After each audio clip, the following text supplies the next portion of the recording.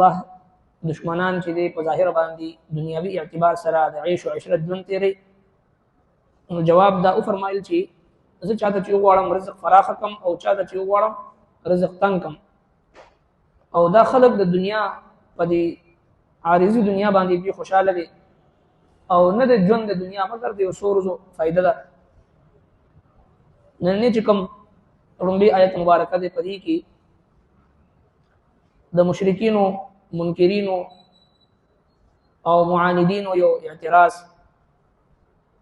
چې دا غوي مشهور معروف اعتراض او هغه جواب ارشاد فرمایي. هغه دا چې دوی به وی چې په دې پیغمبر علیه الصلاۃ والسلام باندې سم معجزه الله تبارک وتعالى ولې نه را لګي، او د معجزین مراد هغه معجزه دوی غوښتل چې کوم د دوی د خوښي، حالانکه د سرور کائنات صلی الله علیه وسلم ذات مبارکه خپل باندې معجزه وا. د الله د محبوب پیغمبر سلويخ کاله ژوند، هغه بيداغه زندگی، حسن صورت، حسن سیرت، حسن اخلاق،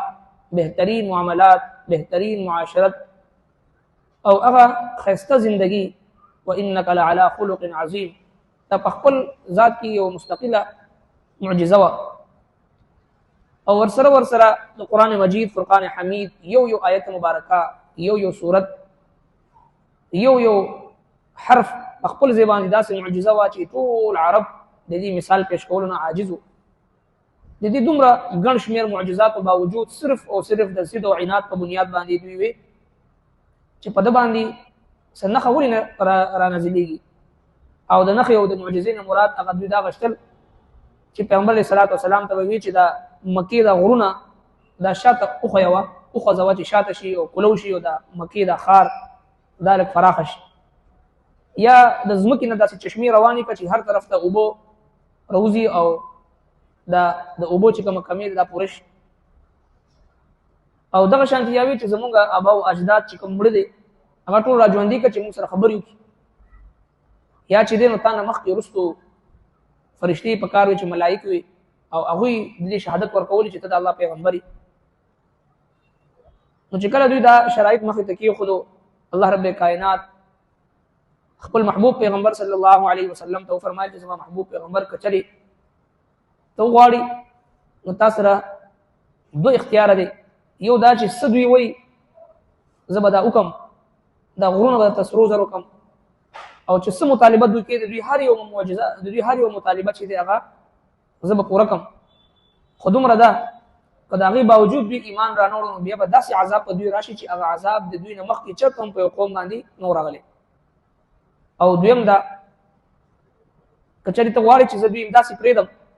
دوی دپاره د هدایت دروازه پوره وپرېږدم او د دوی دا مطالبات او خواهشات پوره نه کړی شي،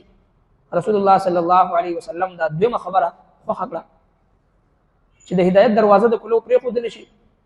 کیدای شي په دوی کې ډېر خلک چې هغه مسلمانان شي، او که د دې معجزې ښکاره کولو باوجود چې دوی ونه مني نو داسې به عذاب پرې راشي چې صفحاستې نه به میټو شي.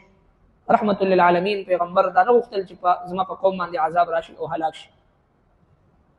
نو یقینا د نبی علیه الصلاۃ والسلام هغه درد حریص علیکم بالمؤمنین رؤوف الرحیم، په امت باندې ډېر زیات مهربان،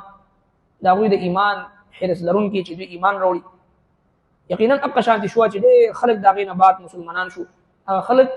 چې د نبی علیه الصلاۃ والسلام د وینې دشمنانو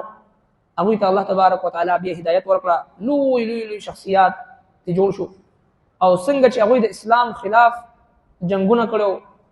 محاذونو کې جنګېدلو، بیا هغوی د خپل جسمونو ټوکړې چې دی د الله دین لپاره چې دی په میدان جنګ کې قربان کړل. مثالي خدمات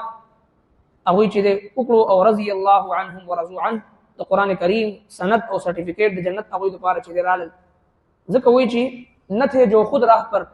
اوروں کے ہادی بن گئے، کیا نظر تھی جس نے مردوں کو مسیحا کر دیا. په خپله باندې په هدایت باندې نو، خو د نورو خلکو دپاره هادي جوړ شو، د هدایت ذریعه وګرځېدل. او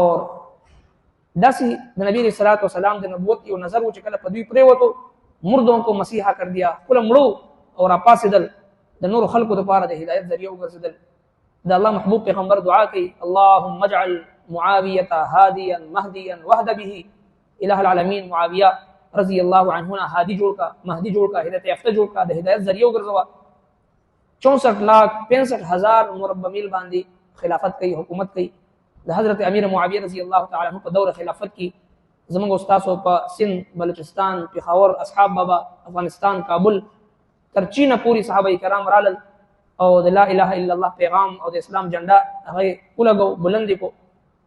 نو پورا قومونه د حضرت امیر معاویه رضی الله عنه په دوره خلافت کې پورا علاقې سلطنتونه برابر لغوی به مسلمان دل. دا د نبی علیہ الصلوۃ والسلام هغه نظر کرم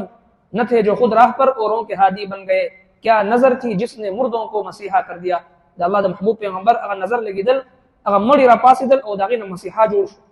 په خپل باندې چې کله دوی با یعنی مړو ته لاس لګو هغه مسلمان دل، هغه بچی د اسلام طرف ته راتلل. نو دا په خپل ذات باندې نبی علیہ الصلوۃ والسلام یو معجزه وا. والله تبارک وتعالى نبی علیہ السلام دا دعا وغوښتل چې د هدایت دروازه د دوی لپاره کولاوي. نو هغه شو ډېر خلک د هغې نه چې دی هغه ایمان او اسلام قبول کو، مسلمانان شو. او ورسره په دې دویم آیت مبارکه کې الله تبارک وتعالى دا فرمایي چې دا خو کفار دي او دې ته هیڅ قسمه چې کوم معاندین دي، ضدي او عنادي کافر دي، دا غزله ته هیڅ قسمه تسلی نه ملایي. هر څومره معجزه ورته ښکاره کړی شي او چې کوم مؤمنان دي، ایمان والا دي، هغه د الله ذکر وکي او د الله په ذکر سره هغه زړه ته اطمینان حاصل شي. او اطمینان قلبي چې څه ته وایي، سکون چې څه ته وایي، هغه د الله په ذکر کې دی. د دنیا